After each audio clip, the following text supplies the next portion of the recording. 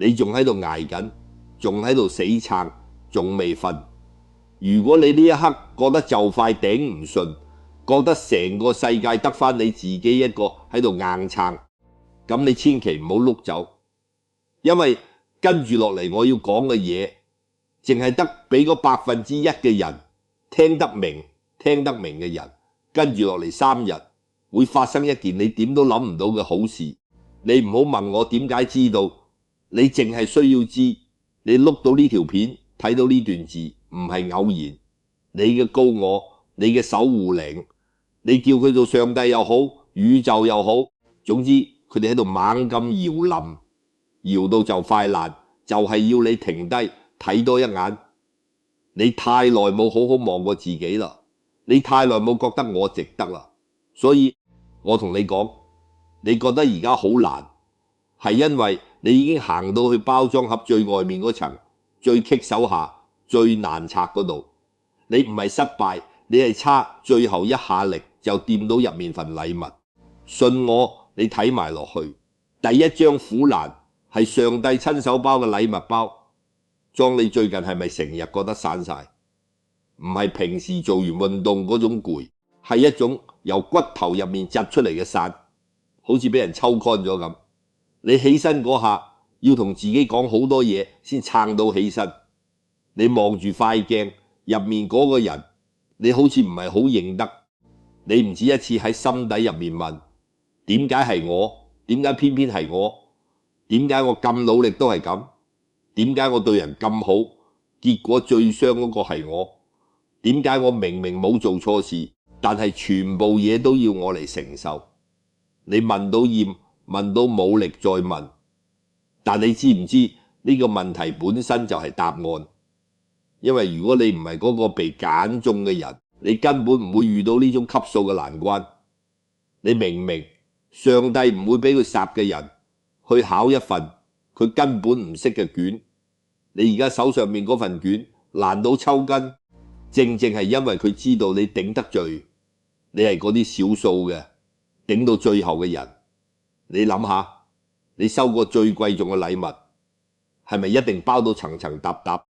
係咪一定用晒嗰啲硬到爆嘅膠紙，揾把鉸剪都剪到想嘔，拆到一半已經想掉咗佢？但最後你拆開嗰下，你見到入面嗰樣嘢，你會覺得抵啊！好彩我拆到落去。而家嘅苦難就係咁，佢唔係氹罰，佢係包裝，越難拆入面越勁。你而家都自己就快死，正係因為份禮物太大份，要用咁多嘢嚟包住。我記得我聽過一個故事，有個女仔，佢30歲嗰年，同一時間冇咗份工，冇咗個男朋友，仲要俾人呃咗一大筆錢。佢嗰陣時晚晚喊到瞓着，佢覺得人生完啦，玩完啦。佢問天點解要咁對佢？結果過咗半年，佢轉咗行，做咗一份佢完全冇諗過嘅工，響嗰度遇到而家嘅老公，仲因為之前嘅經歷寫咗本書，幫到好多同佢一樣嘅人。佢後尾話：如果我當時冇失業，我永遠唔會的起心肝轉行。如果我當時冇分手，我唔會知道自己值得更好。如果我冇俾人呃錢，我唔會學識睇清人心。佢嗰啲苦難全部係包裝紙嚟咋，爛晒撕爛晒之後，入面嗰份禮物先係真正嘅佢。你而家手上嗰份都係第2章，全宇宙嘅清場行動。錯嘅人會走，爛事會散。你可能會話：咁我而家拆緊，拆到成手血，咁點先？好，我話俾你知而家發生緊咩事。你聽過觸底反彈未？你覺得自己跌到落谷底，乜都冇晒，但其實呢個正正係宇宙嘅清場行動。你明唔明清場咩意思？即係將所有唔屬於你嘅嘢全部掃走。你諗下，如果你間屋要裝修，要擺件好大嘅新家旗入嚟，你係咪要掉晒啲舊嘢先？你唔掉，邊有位擺？而家就係咁，宇宙要送份大禮俾你，但你又攬住啲垃圾唔放，咁點算？宇宙唯有出手將啲垃圾搬走。第一種清場係人際關係。你有冇發現呢排身邊有啲人突然間疏遠咗，或者你突然間睇清咗某個人，原來佢一直以嚟都唔係真心對你，你覺得好傷心，覺得點解又要冇咗一個人？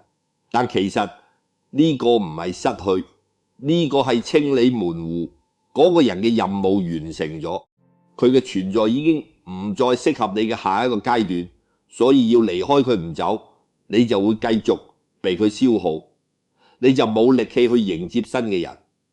第二種清場係善意環境，你份工做咗好耐，但係越做越唔開心，越做越覺得自己係一個機械人，你諗住算啦，壞啦，點知份工突然之間冇咗，或者公司大變動，逼住你要走，你覺得世界末日，但過多一排你回頭睇，你會慶幸，因為原來嗰度根本唔係你嘅位置，你留喺度只會浪費你嘅才華。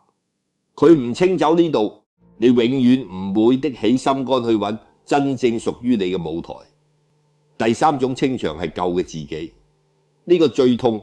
你過去一直相信嗰套價值觀，例如只要我對人好，人哋就會對我好，只要我夠努力就一定會有回報，做一個好人就唔會遇到壞事。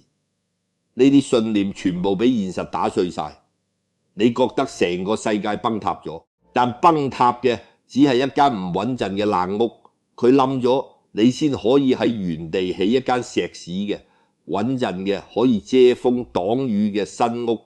你明未？呢一切嘅失去都係為咗得到而鋪路。你見過森林大火未？燒到光區度好似死咗咁，但過一排新嘅草會生出來，仲會生得比之前更加茂盛，因為灰窿就係最好嘅肥料。你而家就係嗰片森林。第三章，遲到嘅禮物係一個全新嘅你好。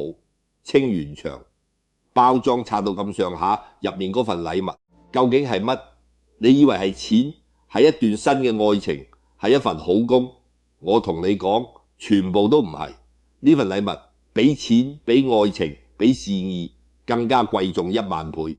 呢份禮物係一個全新嘅你，一個唔再討好別人嘅你，一個唔再害怕失去嘅你，一個做決定唔再猶豫半日嘅你。你而家諗下，以前嘅你係點樣嘅？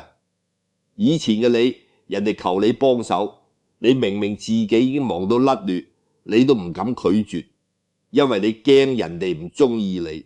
以前嘅你，一段關係已經爛到透，你仲死攬住唔放，因為你驚放手之後揾唔到下一個。以前嘅你對住一個機會，明明好想去，但你驚失敗，驚出醜，最後同自己講，算啦，我都係唔啱噶啦。你係咪好憎咁樣嘅自己？你想唔想變？咁你就要明白，你而家經歷嘅所有嘢，就係為咗幫你洗走呢個舊嘅你。佢將你所有嘅驚都逼晒出嚟，擺喺太陽底下，等你冇得再避，等你避無可避嘅時候，你就會發現原來最差都係咁啫。我有咩好驚？你收到呢份禮物之後，你會變成一個咁樣嘅人，面對一個決定，你唔會再左諗右諗，你信自己嘅直覺，揀咗就去做，做咗就唔後悔。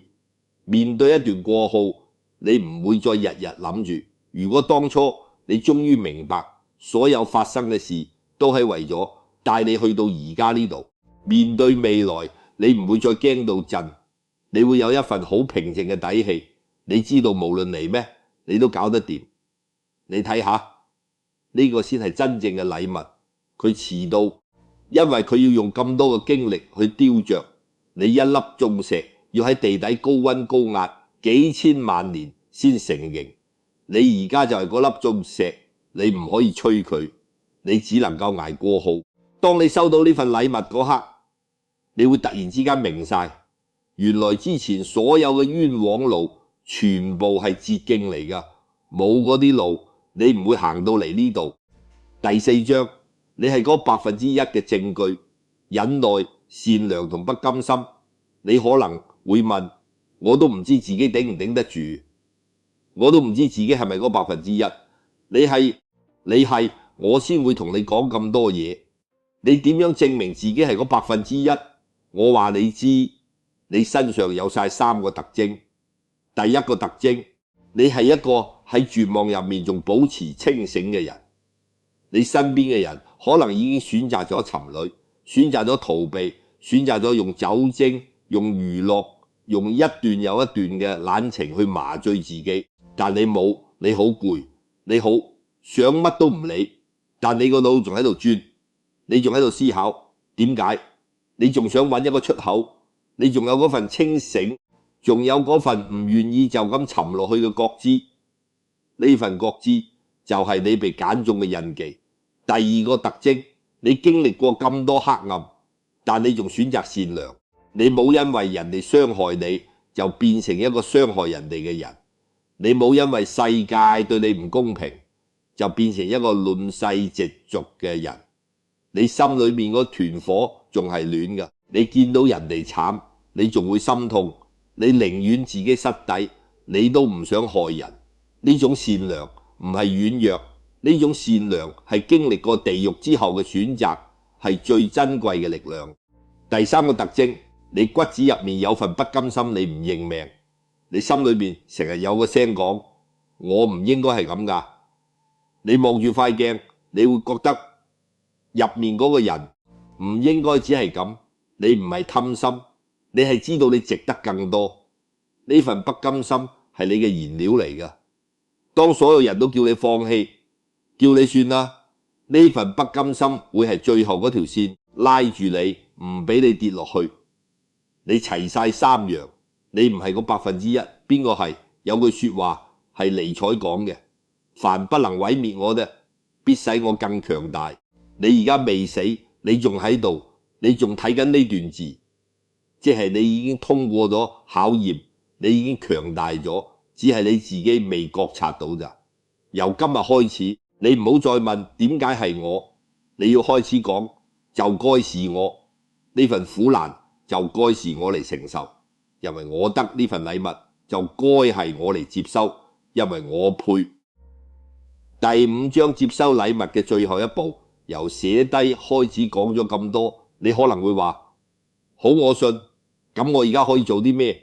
我話你知，最簡單、最直接、最有效嘅一件事，寫低佢。你唔好睇小寫低呢個動作，心理學有個理論叫外化，即係將你入面嗰啲亂晒龍嘅情緒拎出嚟擺喺面前，你睇到佢，你先可以處理佢。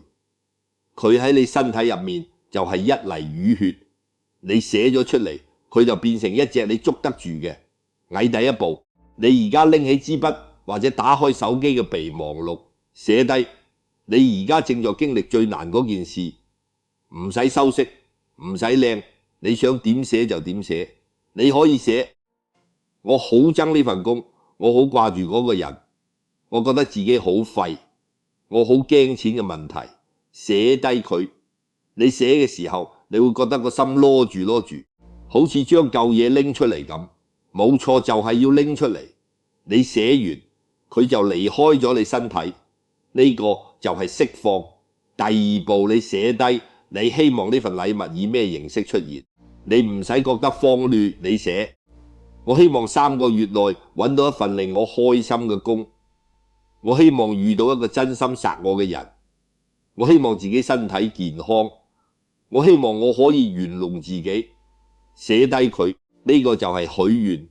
你唔寫宇宙點知你要咩？你喺個心諗嗰種電波好弱㗎，你寫出嚟就係將個天線渠道最強。